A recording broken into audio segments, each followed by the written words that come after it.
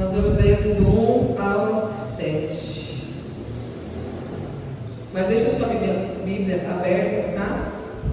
Para a gente discorrer um pouquinho aquilo que o Senhor quer ministrar no nosso coração. Hoje a gente vai falar um pouquinho de oferta. Então, diz assim: E conheceu Adão e Eva, sua mulher, e ela concebeu e deu à luz a Caim, e disse: Alcancei do Senhor um varão. E deu à luz mais a seu irmão Abel, e Abel foi pastor de ovelhas, e Caim foi lavrador da terra. E aconteceu ao cabo de dias que Caim trouxe do fruto da terra uma oferta ao Senhor. E Abel também trouxe os primogênitos das suas ovelhas e da sua gordura. E atentou o Senhor para Abel, para a sua oferta, mas para Caim, para a sua oferta, não atentou. Irou-se Caim fortemente, descaiu-lhe o semblante. E o Senhor disse a Caim: Por que tiraste? E por que descaiu o teu semblante? Se bem fizeres, não é certo que serás aceito? E se não fizeres bem, o pecado jaz à porta, e sobre ti será o teu desejo, mas sobre ele deves dominar. Amém? Até aqui, glória a Deus, uma passagem bem conhecida por nós, né? A história de Caim e Abel, primeiro assassinato, né, na Bíblia, o primeiro homicídio também, vai falar mais para frente. Mas antes disso acontecer, houve uma entrega, houve uma oferta, né, ao Senhor. E é sobre isso que eu quero falar nesta noite aos nossos corações, atentar ao que estamos ofertando ao Senhor. Nós estamos dentro deste cenário que já houve a queda, né? Adão e Eva já haviam caído no seu pecado, já haviam sido seduzidos, né, pela mentira, pelo engano, pelo pecado. E aí Deus expulsou eles, né, do jardim do Éden, como está escrito aqui na palavra. E aí eles tiveram relações e nasceu este homem. Mesmo Eva tendo pecado, e Adão, ela traz essa ideia de que foi o Senhor quem deu a ela esse filho, né? Então nós sabemos que a Bíblia é muito clara, só havia eles dois na terra, e aí eles começaram a procriar. Só que antes do pecado, alguns historiadores dizem, né, que houve os filhos da inocência. Então nós não vamos entrar neste termo, mas nós vemos que ela atribui ao Senhor o nascimento de Caim. Alcancei do Senhor um varão. Esse é o significado do nome Caim. Depois nasce o Abel, que foi pastor de ovelhas, e Caim foi lavrador da terra. E notamos que mesmo depois da queda, Adão e Eva, fica muito claro aqui no texto, ensinou esses meninos como adorar a Deus. Eles foram ensinados a adorar a Deus. Porque quem poderia ensinar eles que Deus se agradava de oferta, né? Quem poderia ensinar eles que para que eles se aproximassem de Deus, eles precisavam oferecer a Deus alguma coisa? E Deus se agradava da oferta do homem. Então, mesmo afastados, né, em queda por conta do pecado, mesmo tendo desobedecido o mandamento do Senhor, eles permaneceram passando para os seus filhos aquilo que foi ensinado a eles, porque eles aprenderam isso com os pais. Não foi uma ideia da cabeça deles, né? Só que aí a Bíblia diz que Caim, que era o mais velho, trouxe do fruto da terra uma oferta do Senhor. E Abel trouxe o que? O primogênito das suas ovelhas. E por que será que Deus se atentou para Abel e para a sua oferta? E aceitou e recebeu. E quando ele olha para Caim e para a sua oferta, ele não aceita. Ele não se atenta. E nós, irmãos, que a Bíblia é clara em dizer que Deus não olhou somente para a oferta, mas Ele olhou também para o coração de quem estava ofertando. E aí está a grande diferença, meus irmãos.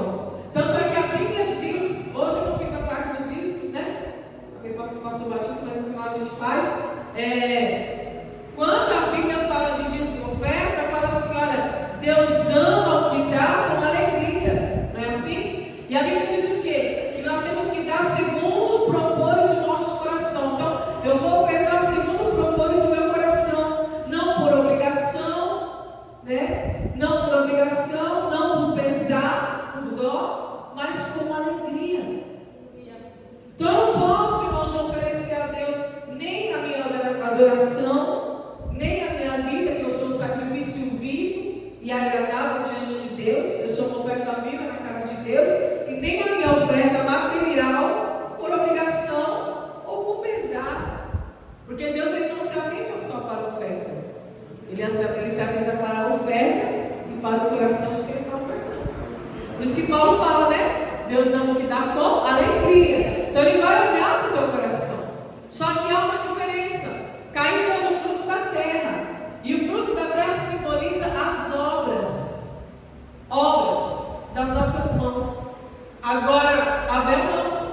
Abel deu uma vida. Ele pegou um animal, o primogênito das suas ovelhas, o melhor animal, a sua gordura, ou seja, teve derramamento de sangue, teve sacrifício. Então, por isso que Deus aceita a oferta de Abel, não porque ele tinha preferência por Abel, não porque Abel era melhor do que Caim, não, é porque Deus viu que estava no coração. Caim deu o fruto da terra, obras humanas, aquilo que não era sacrifício para ele. Ele lavrou a terra, né? Adubou a terra, cresceu lá um tomate. Ele pegou o tomate e ofertou a Deus. Que oferta é essa, irmãos? Não tem sacrifício, é ou não é? Pegou um tomate ali, um pepino, é ou não é? É fácil, ele lavrou a terra, vocês concordam comigo? Mas Abel não. Abel, ele pegou, irmãos, o primogênito que tinha de melhor nas tuas mãos, aquilo que lhe custava, porque o primogênito das suas ovelhas é a melhor ovelha que vem, é a que vem primeiro, é a melhor, e ele dá mais renda, é ou não é? Mas ele pega e entrega em sacrifício, derrama sangue. Porque quando a Bíblia fala de derramamento de sangue, irmãos, fala de quê? De sacrifício, de esforço, que Deus aceita. Então, atentou o Senhor para Abel para a sua oferta, mas para Caim para a sua oferta, não atentou. E aí ele se sentiu ainda no direito de ficar irado. Caim ainda se sentiu no direito, irmãos, de se irar por algo que ele fez e achou que estava fazendo muito bem, por sinal, porque Deus não aceitou. Ficou com o semblante caído, ficou magoado, ficou rancoroso, né? Ficou zangado, como diz o pastor Edéias, se zangou, não é assim? Mas aí olha só, Deus aceita a oferta de Abel. Abel não fez nada de errado, apenas ofereceu o seu melhor para Deus, continuou vivendo a vida dele. Mas quando Caim se irou, Deus vai falar com ele. E olha o que Deus fala para ele: por que tiraste? Por que descaiu o teu semblante? Por que você ficou zangado? Se bem fizeres, não é certo que será aceito. Ou seja, se você fizer o bem, se você fizer o melhor, se você fizer certinho, você não será aceito? Qual que é a sua dificuldade, né? É só você fazer o que precisa ser feito. E se não fizeres bem, olha o que acontece: o pecado jaz à porta. O pecado é morte, irmão. O salário do pecado é a morte, não é isso? E a morte, ela vem para cobrar o seu salário. E a palavra jaz aqui é no sentido de sepultura. Essa palavra jaz não é que é já está à porta, mas jaz com Z tem o sentido de sepultura.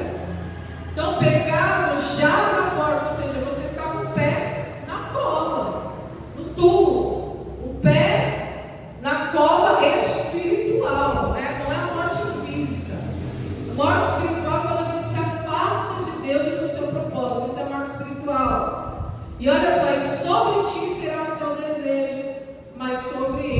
queres dominar. Olha o que eu entendo aqui, irmãos.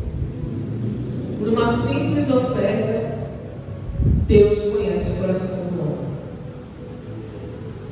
Por uma simples atitude de adoração, de oferta, adoração é a mesma coisa, Deus sabe o que se passa no coração do homem. Então, ninguém engana a Deus, né, irmãos? Deus é onipotente, onisciente, onipresente.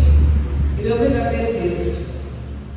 E nota, irmãos, que ao invés de Caim se arrepender, né, se voltar a Deus, se retratar com Deus, se arrepender e fazer o melhor, ou entregar uma adoração mais excelente, uma oferta excelente, que vai ter um sacrifício, que vai lhe custar,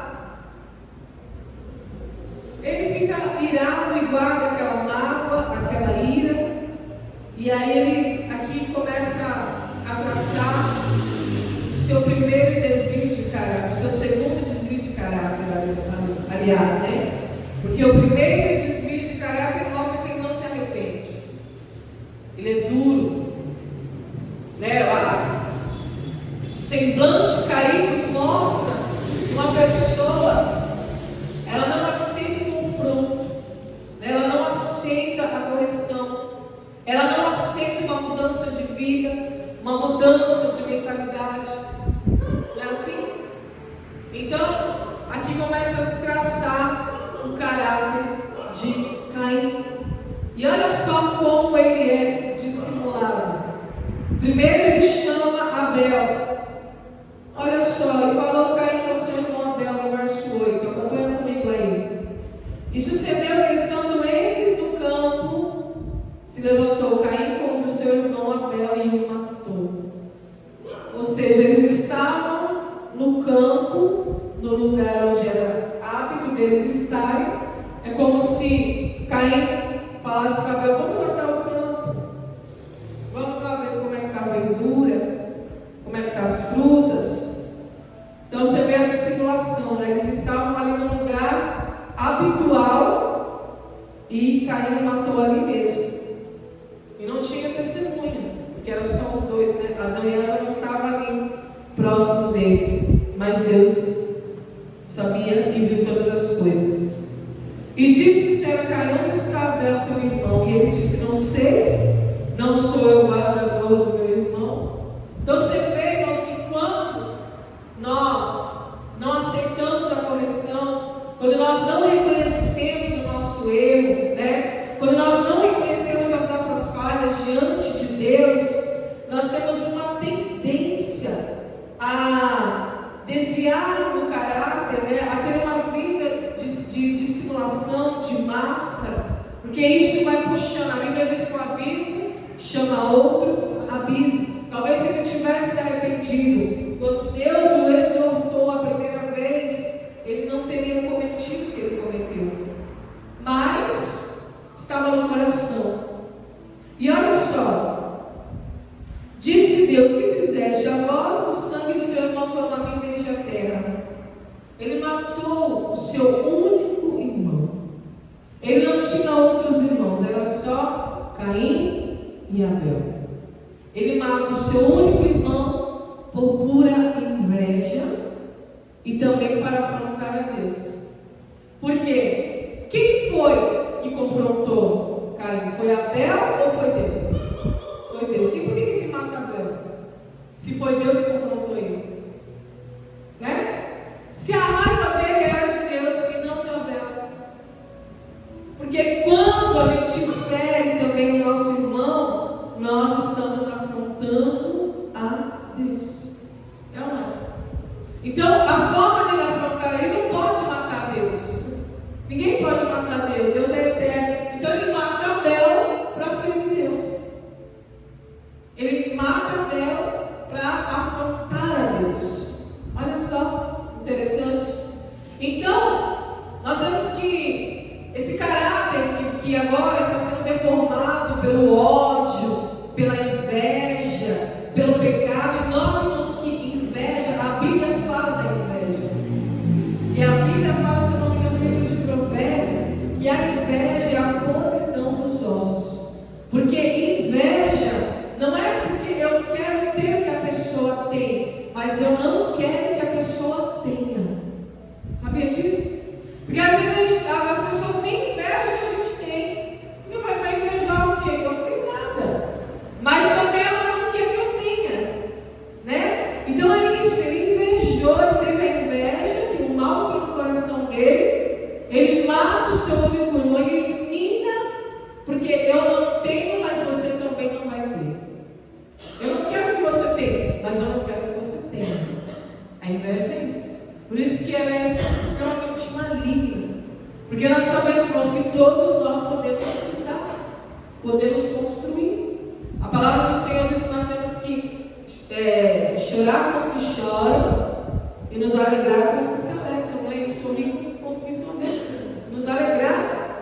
vitória do outro.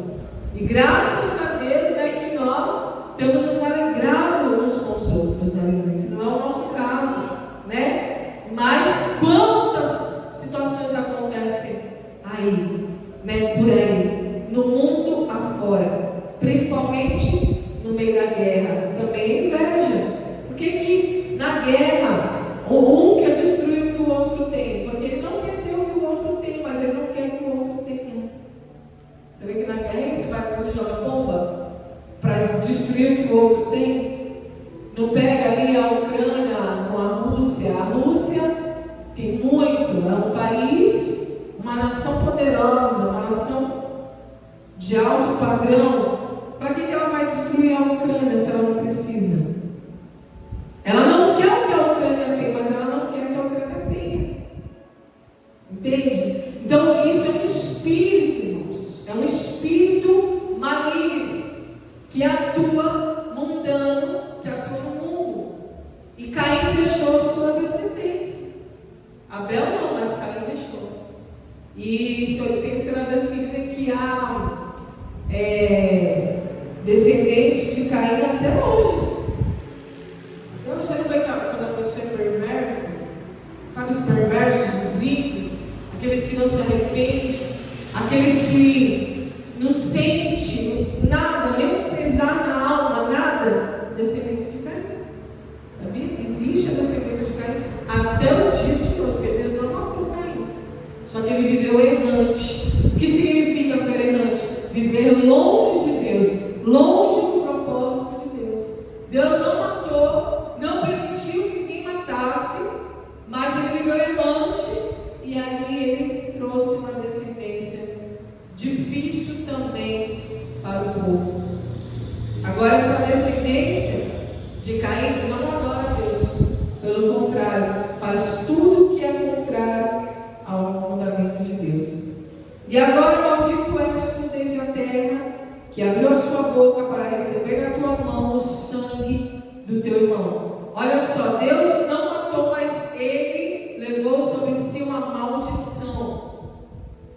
Quando lavrares a terra, não te dará mais a sua força. Olha, na minha Bíblia está assim, ó, fugitivo e vagabundo serás na terra. Na sua está assim? Ou está errante? No 12. 4:12.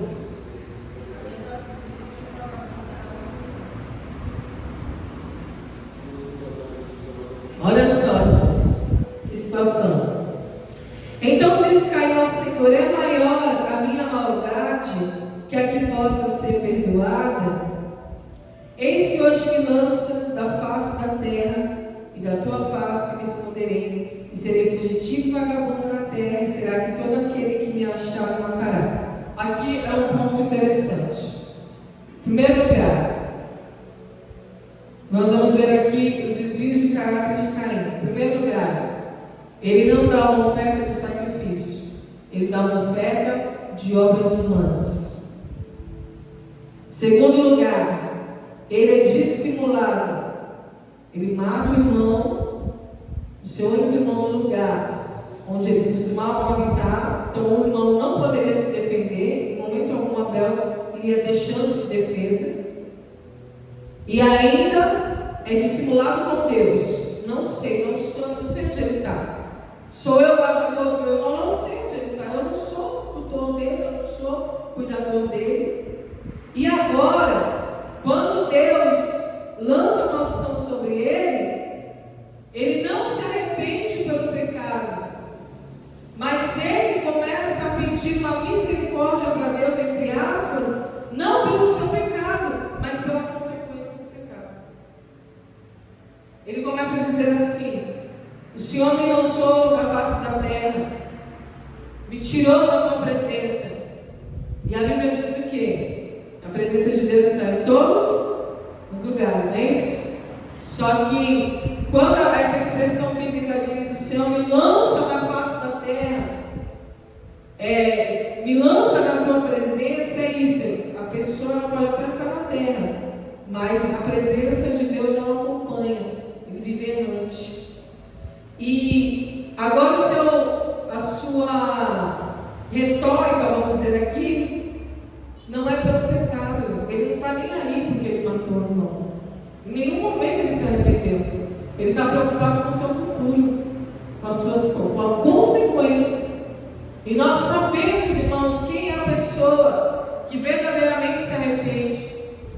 Olha, Davi pecou, ele adulterou e colocou o marido da mulher lá para morrer na guerra, não foi?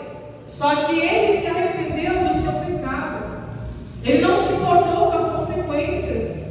Ele falou: Senhor, eu pequei contra ti, somente contra ti pequei contra o céu.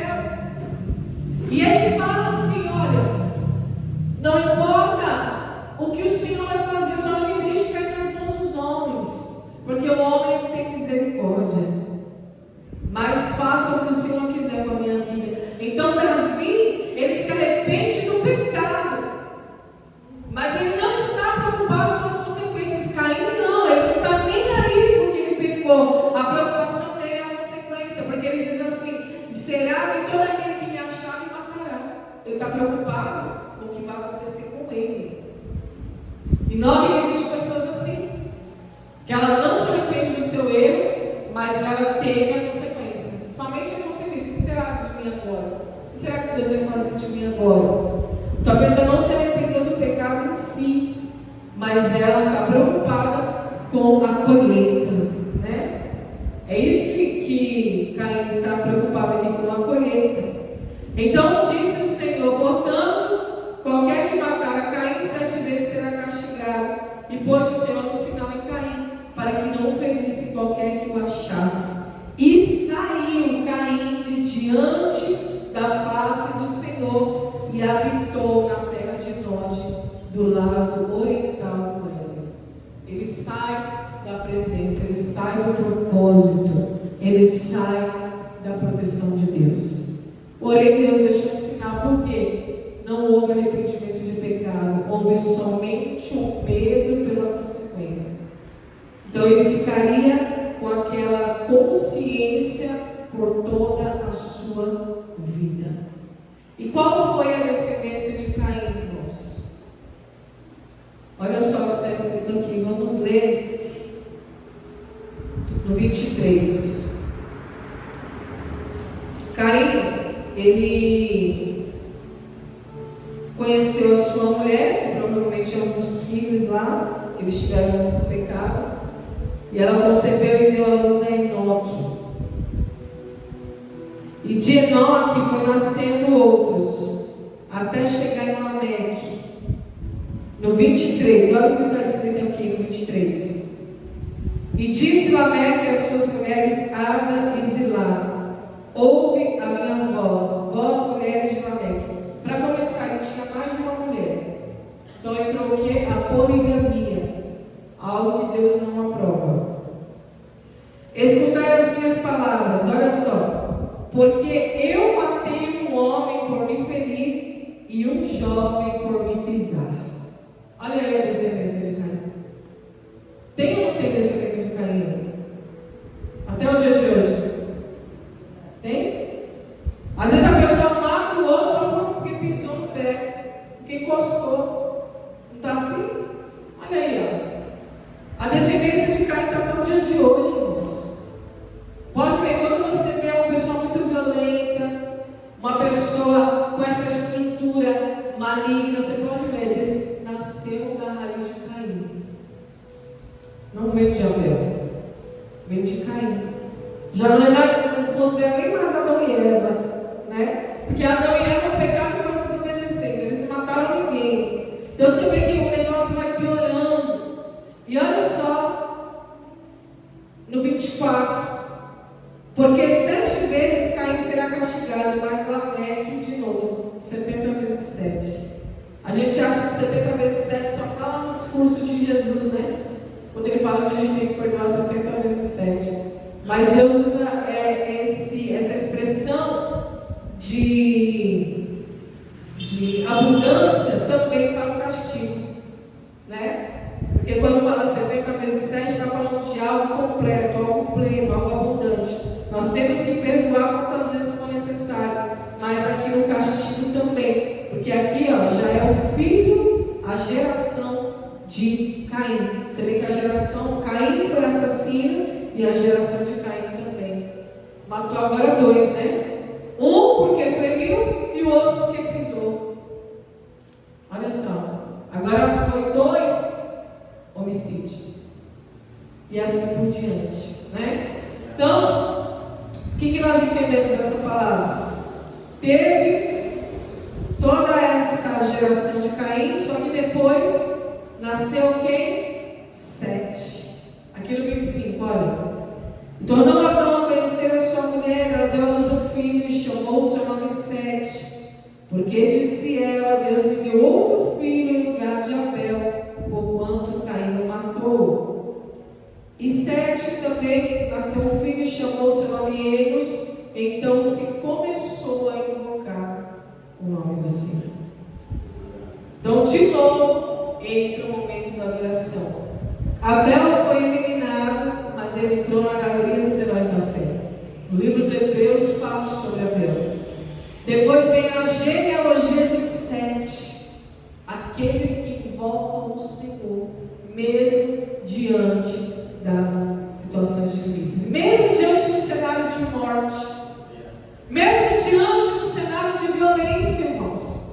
Nós não somos a descendência de Caim, nós somos a descendência de Sete, aleluia. Aqueles que agora passam a invocar o nome do Senhor. Abel foi sim eliminado, Caim teve a sua geração, nós vemos a geração de Caim até os dias de hoje, mas nós somos a genealogia de Sete. Nós somos agora aqueles que vêm, irmãos, novamente para invocar o nome do Senhor. E a palavra do Senhor diz que todo aquele que invocar o nome do Senhor será salvo. Aleluia. Então nós temos que invocar o nome do Senhor, irmãos. Mesmo com uma terra cheia de violência. Nós não somos da geração de Caim. Nós não somos perversos. Nós não somos ímpios. Nós somos agora a geração que invoca. Não é assim? O que ele falou para Jeremias? Ele falou para Jeremias: clama a mim e responder-te-ei. Anunciar-te-ei coisas grandes e firmes que ainda não conhece. O que ele falou também? Buscar-me-eis e me achareis quando me buscardes de todo o vosso coração. Invoca a mim, aleluia. Graças a Deus, irmãos, que agora vem uma nova geração, uma nova genealogia. Glória a Deus. Aqui tem toda a genealogia. E sabe quem que nasce da genealogia de Sete? Noé. Olha só, homem reto e íntegro, porque agora, a partir dessa geração, a partir deste terceiro filho de Adão e Eva, vem um reto e íntegro. Por isso a importância de invocar o Senhor. Porque quando nós invocamos o Senhor, irmãos, a transformação, sabia? A cura. E há lugar para o Senhor trabalhar. Quando nós invocamos o nome do Senhor, mesmo diante de um cenário de terra, de violência, de corrupção, de injustiça, aleluia, o Senhor vê que há alguém reto e íntegro, que Ele pode dar grandes obras, alguém com grandes responsabilidades espirituais, para que Ele possa determinar grandes obras. Agora vamos lá no livro dos Hebreus, lá no final, para nós vermos o desfecho. Hebreus 11. Que coisa maravilhosa, irmãos, que é a palavra de Deus. E o nosso Deus não mudou, viu? Ele continua o mesmo.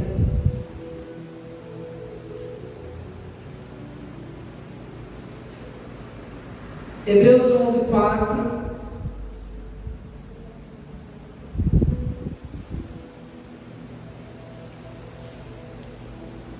Aqui você não vai ver o nome de Caim,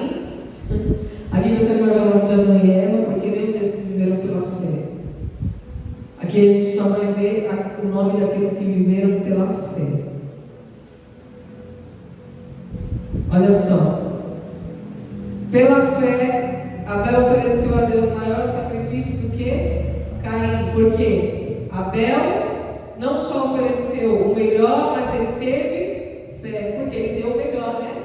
Ele deu o primogênito. Então, se eu estou dando o meu melhor, eu dou por sacrifício e por fé, porque eu sei que eu estou dando o meu melhor e Deus vai prover algo melhor ainda. Então, ele foi morto, mas Deus considerou a sua fé. Ele ofereceu a Deus maior sacrifício do que Caim, pelo qual alcançou o testemunho de que era justo, dando em Deus testemunho dos seus dons, e por ela, depois de morto, ainda fala. Então você vê que quem vive pela fé, mesmo depois de morto, permanece ali a sua essência. Então nós não vamos por sentimento, por emoções, por circunstâncias. Olha o 5. Enoque veio da geração de Sete, filho de Sete. Pela fé, Enoque foi trasladado para não ver a morte, e não foi achado, porque Deus o trasladara, visto como antes da sua transladação alcançou o testemunho de que agradara a Deus. Enoque andou com Deus. Enoque foi filho de Sete. Então foi a partir daquele momento que eles voltaram a invocar o nome do Senhor, é que Deus começa a manifestar a sua glória. No 6, ora, sem fé é impossível agradar-lhe, porque é necessário que aquele que se aproxima de Deus creia que Ele existe e que é galardoador dos que o buscam. Olha o 7. Pela fé, Noé, divinamente avisado das coisas que ainda não se viam, temeu e para a salvação da sua família preparou a arca, pela qual condenou o mundo e foi feito herdeiro da justiça, que é segundo a fé. Olha que interessante. Noé, Enoque, vem dessa linhagem, dessa genealogia de Sete, que é quando eles começaram a invocar o nome do Senhor. Deus deu uma ordem para Noé fazer a arca, e através da arca Noé condenou o mundo e se tornou herdeiro da justiça. Mas não foi a arca, irmãos, em si, materialmente falando. A arca foi um objeto, foi uma estratégia que Deus deu, sim, mas foi a fé dele, porque se ele não tivesse fé, jamais ele teria construído aquela arca. Se ele não tivesse vindo de uma geração que invoca o nome do Senhor, uma geração que ouve a voz de Deus, e a palavra diz que a fé vem pelo ouvir e ouvir a palavra de Deus, a voz de Deus. Se ele não tivesse vindo dessa geração, ele não teria tido fé suficiente para entrar neste projeto tão audacioso que foi o projeto da arca. E através da sua fé, através da sua obediência, através de estar atento ao que Deus estava falando, olha, avisado das coisas que ainda não se viam, ele entendeu, preparou a arca pela qual condenou o mundo. Então a fé é uma arma espiritual, né? A Bíblia chama de escudo da fé, pelo qual nós apagamos os dados reclamados do maligno, e pela fé, irmãos, nós condenamos o mundo, aleluia. Ele foi feito herdeiro da justiça, que é segundo a fé, uma justiça que provém da fé, aleluia, daquilo que ele não via, mas ele cria. Glória a Deus. Então ele entra nessa galeria dos heróis da fé. O seu nome é citado, o nome de Enoque é citado, o nome de Abel é citado, porque eles são homens que viveram pela fé. A palavra do Senhor diz: o meu justo viverá pela fé, porque é uma justiça